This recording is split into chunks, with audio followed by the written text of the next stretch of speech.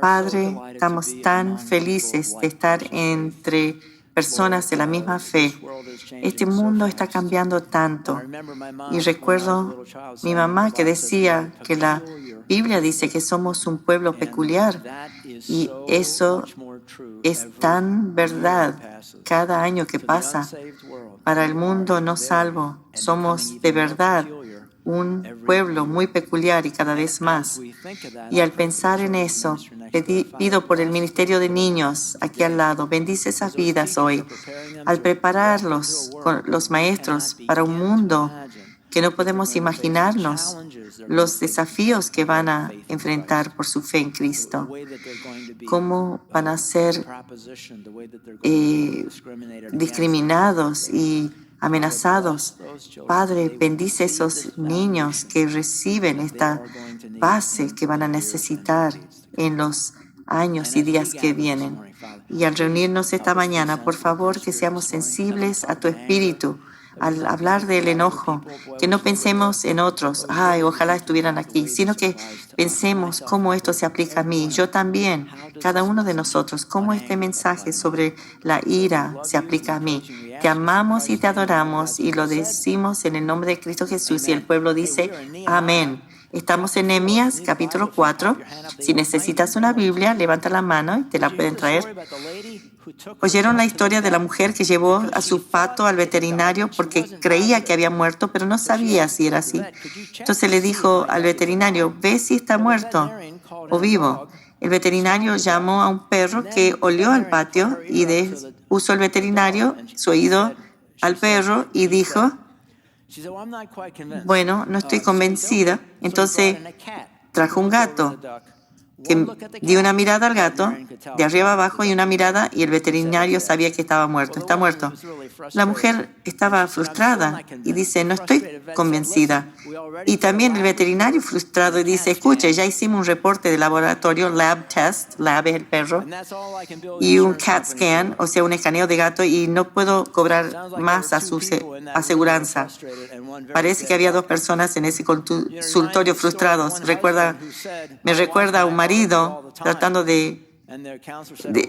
diciendo que discutían él y su esposa siempre. Yo me enojo cuando yo tengo razón y él ya está equivocada, y ella se enoja cuando yo tengo razón y ella se equivoca, y los dos siempre estamos enojados. Él siempre creía que él tenía razón y ella no. Y esta lección de hoy tiene que ver con el enojo. Si este es tu primer domingo en Calvary, te damos un trasfondo en Nehemías, esa historia de un joven en Persia, segundo en verdad al rey en una posición muy poderosa, un joven judío que Dios puso en su corazón una carga de ir a reconstruir el muro alrededor de Jerusalén porque el templo acababa de completarse esa obra. Entonces va a Jerusalén y empieza a trabajar y tiene algunas dificultades. Como contexto, Nehemías 4:12.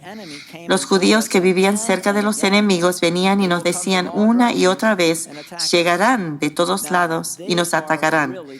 Ellos estaban muy desanimados. En verso 10 dice que la gente de Judá comenzaba a quejarse. Uno podría no prestarle atención, pero era especialmente desalentador porque Judá era conocida por las otras tribus como una de las tribus más fuertes y valientes de todas las tribus. El león de Judá, Jesús, David venían de esa tribu. Entonces, hubiera sido muy desalentador para las otras tribus oír las quejas de Judá. Y en verso 13 nos provee una lección muy práctica. 4, 2 y 13. Los judíos que vivían cerca de los enemigos venían y nos decían una y otra vez, llegarán de todos lados y nos atacarán. De manera que coloqué guardias armados detrás de las partes más bajas de la muralla en los lugares más descubiertos. Puse a la gente por familias para que hiciera guardia con espadas y lanzas. Otra versión dice que nos dijeron 10 veces. Nos advirtieron que vendría el enemigo, y note que tomaron seriamente estas advertencias. Y hay una lección para nosotros aquí. Cuando alguien amenaza suicidio, Tómenlo en serio. Cuando alguien amenaza herir o matar a su esposa, tómenlo en serio. Cuando un estudiante amenaza herir a sus compañeros, tómalo en serio. Cuando la esposa le dice al esposo, necesitas consejería, tómalo en serio. Cuando tu jefe te dice, mejor que vengas temprano al trabajo, tómalo en serio. Cuando tu doctor te dice, baja de peso, no le prestes atención. No. Tómalo en serio. Cuando el Espíritu Santo te dice que debes dejar de hacer algo, tómalo en serio. Cuando dice el Espíritu Santo que necesitas hacer algo, tómalo en serio. Porque el Espíritu Santo no va a gritarte ni te va a apalear. Es una voz pequeña. Tómalo en serio. La historia está llena de relatos sobre desastres que podrían haberse evitado si las personas simplemente se hubieran tomado en serio las señales de advertencia. En 1980, Roger Boyce Joly trabajaba como ingeniero en Morton Thiokol, hacedor de propulsores de cohetes sólidos usados en el programa de transbordadores espaciales.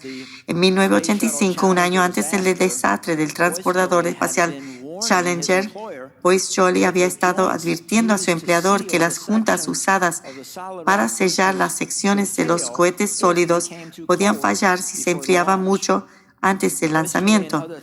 Boyce Joly y otros ingenieros de Thiokol habían descubierto que en condiciones climáticas frías, el material de caucho en las juntas tóricas se volvían quebradizas y no sellaban las secciones en su lugar, y la junta tórica no evitaría que las llamas alcanzaran la carcasa metálica del cohete. Si esto sucedía, las llamas podían detonar en enorme explosión del tanque de combustible de hidrógeno. El 27 de enero de 1986, el transbordador espacial Challenger estaba en la plataforma, listo para el lanzamiento. El pronóstico del tiempo en Cabo Cañaveral sería inusualmente frío, con temperaturas bajo cero. Toda esa mañana, hasta las tempranas horas de la mañana de enero 28, Boyce Joly y otros ingenieros rogaron a la NASA postergar el lanzamiento. Los altos directivos de Thiokol y los oficiales de la NASA rechazaron sus argumentos. La NASA insistía que el transbordador se lanzaría en la mañana del 28 de enero, como previsto, aún con el clima frío. Solo un minuto después de despegar, la junta tórica de uno de los propulsores de cohete sólido falló, como había predicho Boyce Joly.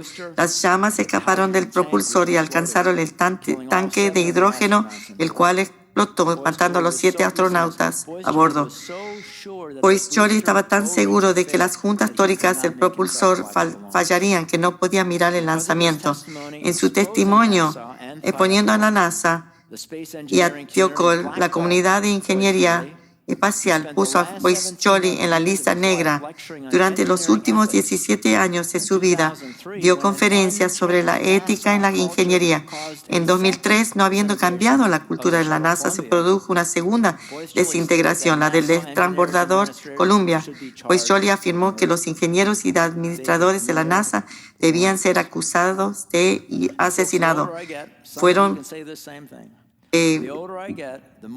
Se les dijo, mientras más viejo me hago, me encuentro diciendo, después que sucede algo, debiera haberlo visto venir, debía haber visto esa señal, esa advertencia con seriedad. Y saben, tenemos que tener cuidado con eso, ¿no es cierto?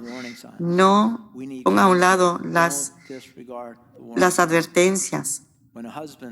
Cuando un esposo o un novio dice, te quiero hacer sonar, no toma en serio esta advertencia. Y Nehemías hizo esto, mostró lo sabio que era como líder. Verso 14, luego, mientras revisaba la situación, reuní a los nobles y a los demás del pueblo y les dije, no le tengan miedo al enemigo, recuerden al Señor, quien es grande y glorioso, y luchen por sus hermanos, sus hijos, sus hijas, sus esposas y sus casas. Una vez que Nehemías evaluó la situación y determinó un plan, llamó a los líderes y se comunica con los líderes y con los trabajadores del muro.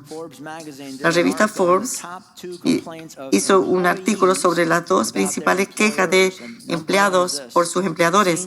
Número uno, que los altos directivos operan solos y no colaboran efectivamente. Y número dos, la pobre comunicación. Los líderes no comunican eficazmente la información, prioridades, expectativas o cambios dentro del resto de la organización de manera oportuna o directamente no lo hacen. Y hay una lección para nosotros aquí, padres, esposos, hijos. Comuníquense.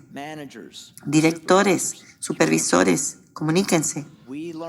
Aprendemos mucho de Nehemías en este capítulo, donde lo vemos continuamente comunicándose con su equipo, porque la verdad es que sin comunicación no hay equipo. Es interesante en verso 14 que Nehemías dice esto. Luego, mientras revisaba la situación, reuní a los nobles y a los demás del pueblo y les dije, no le tengan miedo al enemigo, recuerden al Señor, quien es grande y glorioso, y luchen por sus hermanos, sus hijos, sus hijas, sus esposas, sus casas. Combatan por sus hermanos, sus hijos e hijas, sus esposas y sus casas. La palabra hebrea para casas quiere decir la casa misma, física. Nehemías les recuerda a los que trabajaban en el muro que las vidas mismas de sus seres queridos estaban en la balanza. Y noten algo interesante. Nehemías no dice nada de luchar por Dios, a favor de Dios. Esperamos casi por tradición que debemos luchar por Dios. Pero no es menos el objetivo de luchar a favor de su familia, sus hijos, su matrimonio. Finalmente es luchar por Dios. Es similar a las personas que me dicen quiero servir a Dios y lo dicen noblemente y son sinceros. Pero al mirarlos yo digo, ¿cómo crees que sirves a Dios? ¿Vas a buscarle café en la mañana? ¿Llevarle sus pantuflas en la noche? No, la única forma de servir a Dios es servir a sus otros hijos. Eso mismo con luchar a favor de Dios. Cuando luchas a favor de otros, luchas a favor de Dios. ¿Crees que vas a ponerte una arma y ser el guardián de Dios? No, luchas por aquellos a quien Jesús lucharía. Piensen en el centro de embarazo. Tú luchas a favor de las personas quien Dios lucharía a favor. Luchas a favor de tu esposa, tu esposo, tus hijos. Luchas a favor por los menores, por las viudas y los huérfanos. Así es como luchas para Dios. De hecho, la Biblia dice que así honras a Dios. Proverbios 14:11 dice esto: quienes oprimen a los pobres insultan a su Creador, a Dios, pero quienes lo ayudan, lo honran. Cuando ayudamos a los pobres, honramos a Dios. Verso 15 ahora, de Nehemías. Cuando nuestros enemigos se enteraron de que conocíamos sus planes y que Dios mismo lo había frustrado, todos volvimos a nuestro trabajo en la muralla. Sin embargo, de ahí en adelante, solo la mitad de los hombres trabajaba, mientras que la otra mitad hacía guardia con lanzas, escudos, arcos y cotas de malla. Van a querer, se ponían armadura de malla. Los líderes se colocaron detrás del pueblo de Judá que edificaba en la muralla. Los obreros seguían con el trabajo, sosteniendo en la mano la carga y la otra un arma. Todos los que construían tenían una espada asegurada en su costado. El que tocaba la trompeta quedó conmigo para tocar la alarma. Dice que solo la mitad trabajaba, mientras la otra mitad hacía guardia. Aquí hay una lección para nosotros. Muchas veces estoy tentado a pasar por alto mi devocional e ir de cabeza a mi lista de tareas que tengo enfrente. Y amigos, no sé de ustedes, pero si yo hago eso, una vez que salgo a la carrera ya no vuelvo. Estoy en la plataforma de lanzamiento. Mi carne dice, comienza tu trabajo, pero mi espíritu sabe que haré menos trabajo y menos eficientemente y con más errores si pongo mi lista de tareas antes de mi devocional. ¿Lo han averiguado? Eso funciona así. Recuerdo a un hombre que hablaba a su amigo piadoso. Dice, no sé cómo haces tanto trabajo en un día. No tengo tiempo de hacer todo. Su amigo piadoso le preguntó, ¿cuánto tiempo pasas en tu devocional? Bueno, 15 minutos. Bueno, pasa 30 minutos. Dice, ¿no me escuchaste? No estoy buscando llenar más tiempo. Estoy buscando cómo hacer más. Yo sé, le dijo, pero pruébalo. Pasa más tiempo con el Señor a ver si Él te ayuda con lo demás.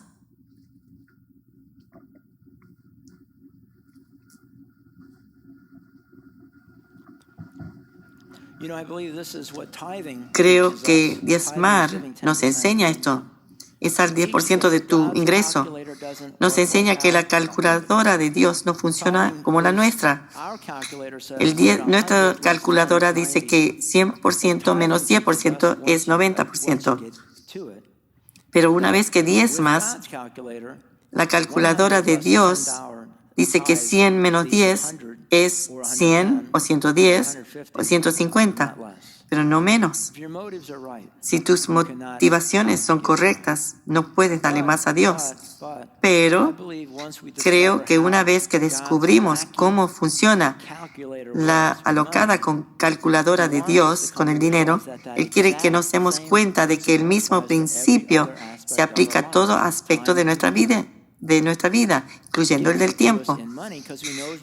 No da en dinero porque sabe que nos gusta tanto eso y sabe que lo vamos a extrañar, pero una vez que lo vemos ahí, quizás no lo vamos a notar ya, porque ya no va a llegar a ser tan precioso a nosotros.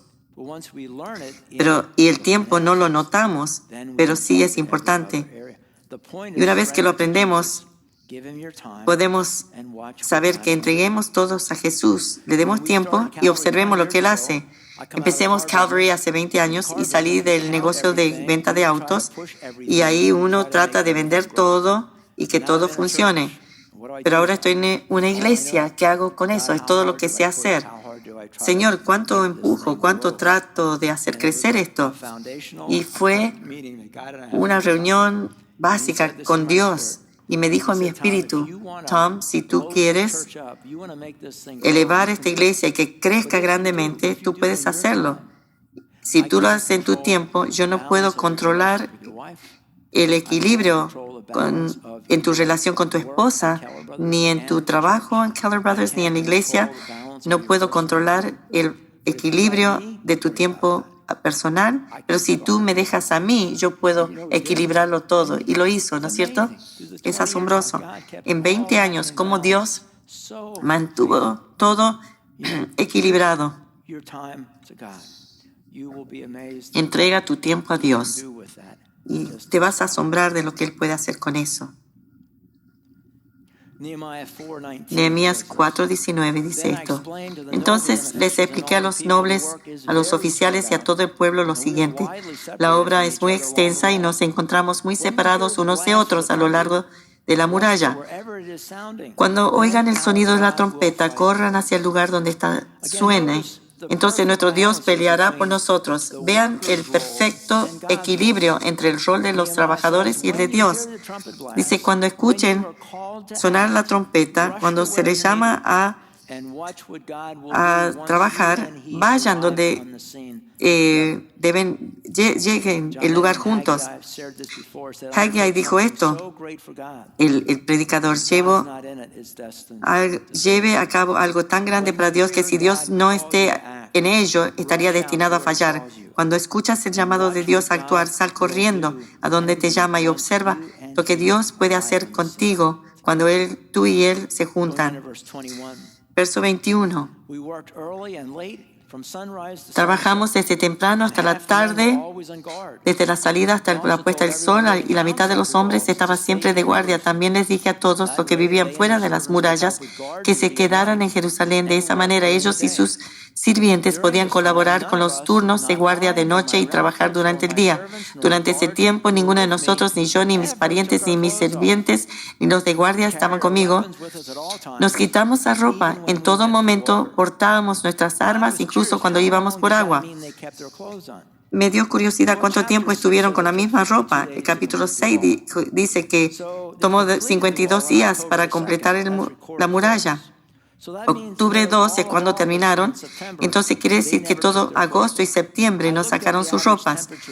Y busqué la temperatura de Jerusalén en ese tiempo, es 80 grados en agosto y 78 en septiembre. También usaban su armadura, o sea, lo que dijimos antes. Arriba de sus ropas tenían su armadura y trabajaban de la mañana hasta la noche en ese clima de 80 grados, en ese sol fuerte del Medio Oriente. ¿Creen que tenían olor o estaban hediondos? Bueno, tenían mal olor, digamos, más propiamente dicho. Eso te da una idea. Eso puede ser clasificado como comportamiento impropio. Y busqué el significado de comportamiento impropio. Comportamiento desaprobado porque no es educado o adecuado para una situación u ocasión en particular. Comportamiento desaprobado porque no es educado o adecuado para una situación u ocasión en particular. Nosotros, los cristianos, más y más se nos critica que tenemos este comportamiento impropio.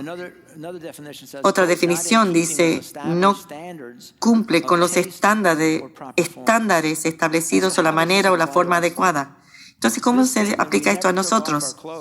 Esta frase, nunca de nosotros nos quitamos la ropa y cada uno tenía su arma a su derecha, la aplicación está en 3 palabras. Vístete para el éxito. Si tú has sido probado en tu fe, tu espíritu te dice que tú debes llevar tanto tu pala como tu espada contigo todos los días hasta tu lugar de trabajo. Tu pala hace el trabajo.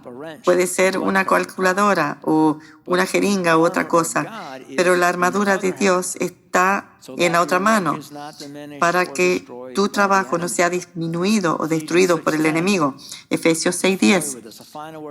Una palabra final: sean fuertes en el Señor y en su gran poder. Pónganse toda la armadura de Dios para poder mantenerse firmes contra todas las estrategias del diablo. Verso 13. Por lo tanto, pónganse todas las piezas de la armadura de Dios para poder resistir al enemigo en el tiempo del mal. Así, después de la batalla, todavía seguirán de pie firmes. Esto es para diario, llamado a diario. El 17, pónganse la salvación como casco y tomen la espada del Espíritu, la cual es la palabra de Dios. Tomas eso a tu batalla y tu lugar de trabajo cada día. Pero saben esto, si tú llevas estas armas contigo al lugar de trabajo secular, tu espada, la palabra de Dios, al lugar de trabajo, muchos de tus compañeros de trabajo van a decir que es inapropiado tu comportamiento, que no cumple con los estándares establecidos o la manera o forma adecuada. Pero recuerden esto, aquellos que se burlan de ti o te critican vivirán con las consecuencias de enfrentar los desafíos de la vida con solo una pala en mano. Pero tú cosecharás las bendiciones que vienen a aquellos que enfrentan las batallas con una pala y la espada del Espíritu, que es la palabra de Dios, atado a tu costado o en tu mesa de trabajo. Y encontramos a Satanás buscando discordia en las filas. Nehemías 5. En esos días algunos hombres y su esposa elevaron una protesta contra sus hermanos judíos. Decían, nuestras familias son tan numerosas que necesitamos más comida para sobrevivir. Otros decían, hemos hipotecado nuestros campos, viñedos y casas para conseguir comida durante el hambre. Otros decían, para poder pagar los impuestos tuvimos que pedir dinero prestado, dando nuestros campos y viñedos como garantía. Pertenecemos a la misma familia de los que son ricos y nuestros hijos son iguales. Sin embargo, tenemos que vender nuestros hijos como esclavos para solo conseguir lo necesario para vivir. Ya hemos vendido algunas de nuestras hijas y no hay nada que podamos hacer porque nuestros campos y viñedos ya están hipotecados a otros y esos otros eran judíos. En esta queja hay 3 grupos distintos enumerados aquí. El primer grupo son las familias que no eran terratenientes, que no tienen dinero para comida.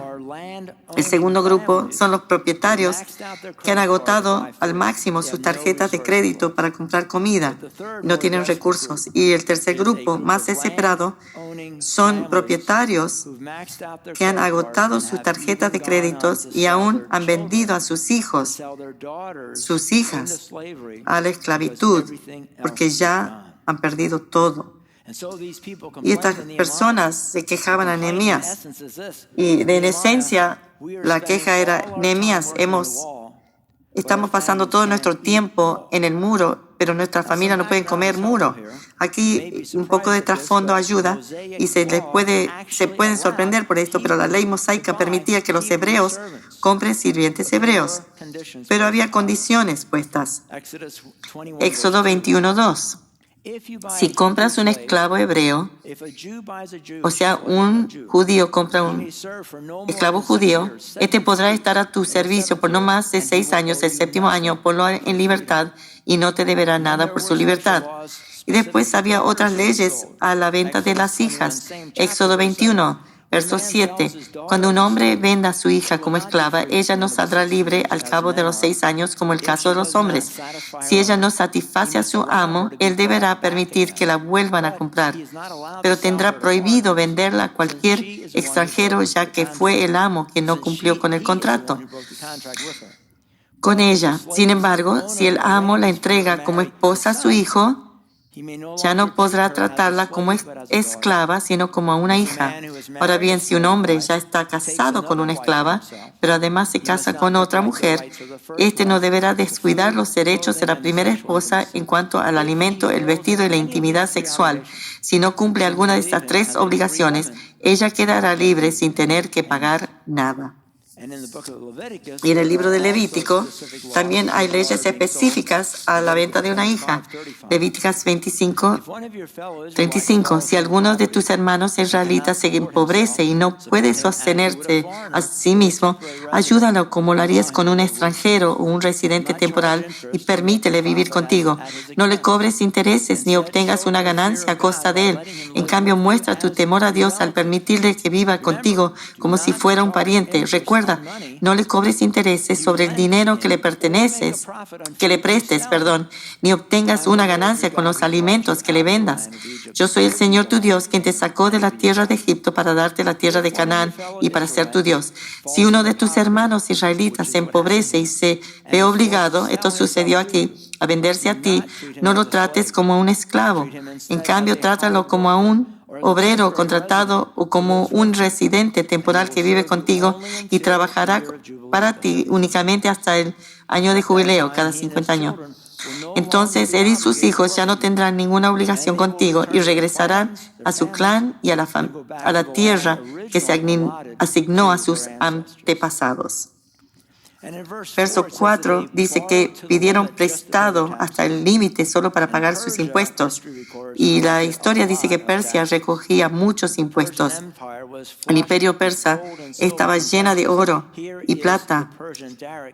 Aquí vemos el darak persa, es 3 onzas, .3 onzas, y tiene un valor de $500. Esto es lo que buscaban en impuestos y lo derretían.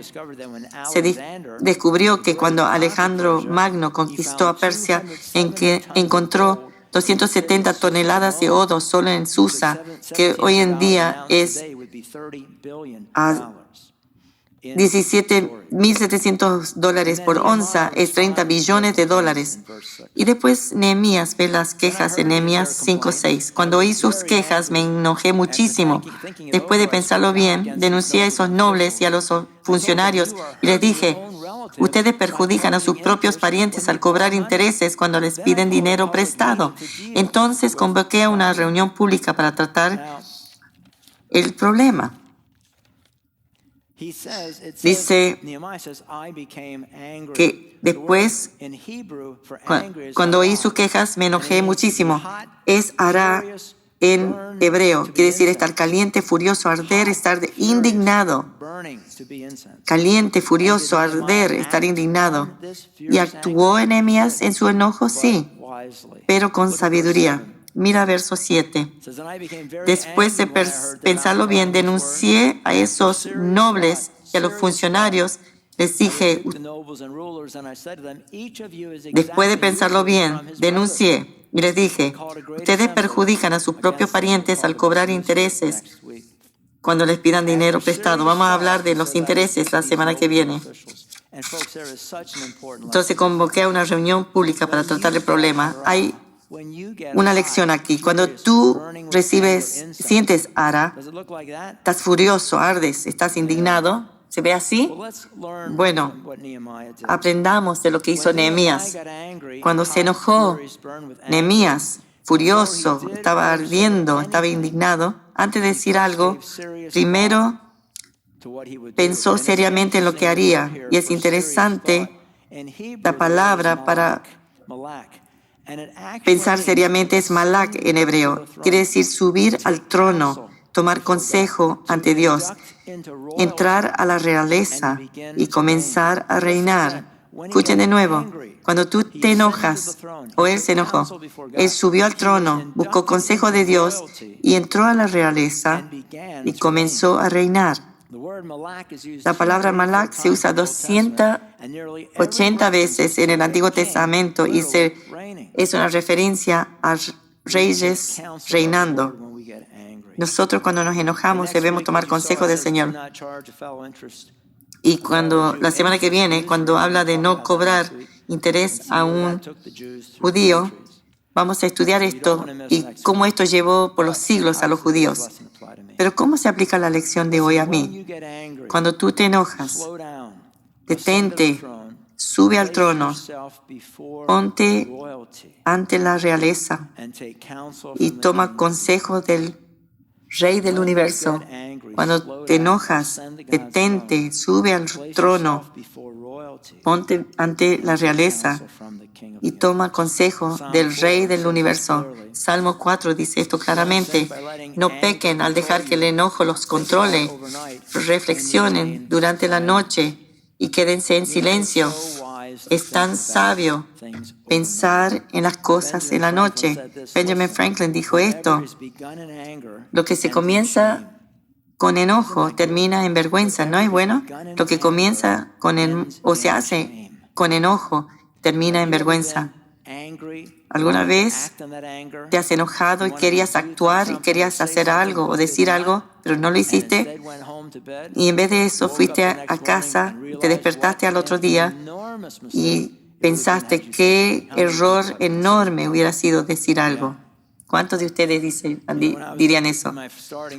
En mis días, cuando empecé en Keller Brothers, en mis 20 años, había uno que venía tarde a trabajar y empecé a molestarlo. Y varias veces, una vez que llegó muy tarde un día, lo reté. Y cuando terminé, vino otro tipo y dijo: ¿sabes por qué llegó tarde? Porque encontró a su esposa con otro tipo en la cama anoche. Y encima, ¿cuánto necesitaba que yo lo rete? Si tú no sabes toda la historia y reaccionas, no es bueno. Una mujer una vez se acercó a Billy Sunday, un predicador del 1900, y trató de racionalizar su enojo. No hay nada malo en perder los estribos. Exploto y después todo se acaba. Billy Sunday dijo: también un rifle, pero también mira el daño que hace. Proverbios 14:29 dice: El que tarda en airarse tiene mucho entendimiento, pero el espíritu apresurado hace resaltar la insensatez ante todos.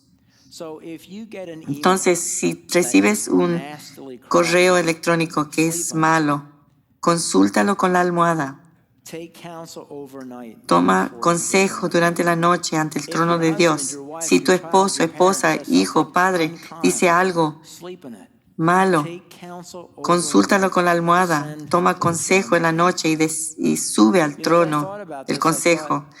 Cuando pensé en esto y nunca había tenido este pensamiento, si tú, suponte que recibes una carta muy fea y quieres responder, pero consulta con la almohada y después al otro día dice algo, vas a decir algo muy diferente. Y es lo mismo con la persona que recibe esa carta, porque ellos quizás anoche estaban peor que al otro día, porque ellos también al dormir lo piensan diferente. Si alguien te corta en la carretera, piensa en Nehemías y en Malak. Y cuando estás enojado en tu auto, trata de subir al trono, tomar consejo de Dios y recuerda lo paciente que Él es contigo.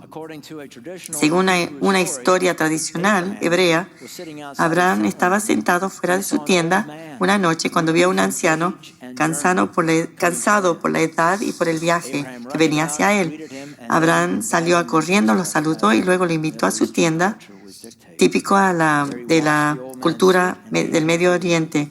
Allí lavó los pies del anciano y le dio comida y bebida. El anciano inmediatamente comenzó a comer sin decir ninguna oración o bendición. Entonces Abraham le preguntó, ¿no adoras a Dios? El viajero viejo respondió, solo adoro el fuego y no reverencio a ningún otro Dios. Cuando escuchó esto, Abraham se enfureció, agarró al anciano por los hombros y lo arrojó de su tienda al aire frío de la noche. Cuando el anciano se fue, Dios llamó a su amigo Abraham y le preguntó, Abraham, ¿dónde está el extraño que invitaste? Y Abraham respondió, lo obligué a salir porque no te adoraba. Dios respondió, yo lo he soportado durante 80 años, aunque él me deshonra. ¿No podrías soportarlo tú una noche? ¿Entienden? Dios es tan paciente con nosotros. Cuando perdemos la paciencia con otros y nos enojamos por un fracaso, una falla o algo que hacen, realmente necesitamos detenernos y pensar lo paciente que Dios es con nosotros. ¿Quieres que Dios haga lo mismo contigo? ¿Que juegue por ese estándar contigo? Eso sería muy feo. Creo que una oración para nosotros es, Señor, ayúdanos cuando vemos el mal de otros a recordar la paciencia que ha tenido conmigo. Cerremos en oración. Padre, te doy gracias por esta palabra que aprendimos esta mañana y la palabra Malak. Y recuerdo que no me gustan los mensajes que no se aplican después de las 12. Recuérdanos esto, que sea nuestra tarea de casa, que cuando surja el enojo, que recordemos esa palabra Malak y que podamos traerlo al trono de Dios, que vamos ante la realeza y tomemos consejo de ti. Sabemos lo que va a hacer la carne y lo que va a decir la carne y lo que quiere decir la carne y hacerle a esa persona, pero que podamos recibir consejo de ti ante el trono de Dios y que tú hables a nuestro enojo en ese momento. Si estás aquí esta mañana y no has aceptado a Cristo como tu Salvador, no tienes acceso al trono de la gracia. Porque si no tienes al Hijo, no tienes al Padre, porque es un paquete. No puedes tener a Dios sin venir a Jesús. Jesús es el puente entre Dios y el hombre. Es el hombre Dios que nos conecta al Padre y al cielo. Entonces, si quieres entrar a esa relación, te invito a hacer esta oración ahora, en silencio, en tu corazón. Dios puede oír tu corazón. Padre, yo reconozco que he pecado, que he cometido muchos errores y te pido que me perdones. Y recibo la oferta de Jesús, de su muerte en la cruz, como pago completo para mis pecados. Gracias, Jesús, por amarme tanto, que diste tu vida por mí. Y ahora, Señor, por aquellos que han hecho esa oración, o nosotros que lo hicimos hace muchos años, ayúdanos, Señor Jesús, que mantengamos nuestros ojos y pensamientos puestos en ti. Y cuando la tentación viene para enojarnos, que nosotros usemos Malak, que vamos ante el trono de Dios y recibamos consejo de ti. Y todo esto lo pedimos en el nombre de Cristo, y todo el pueblo dijo, amén.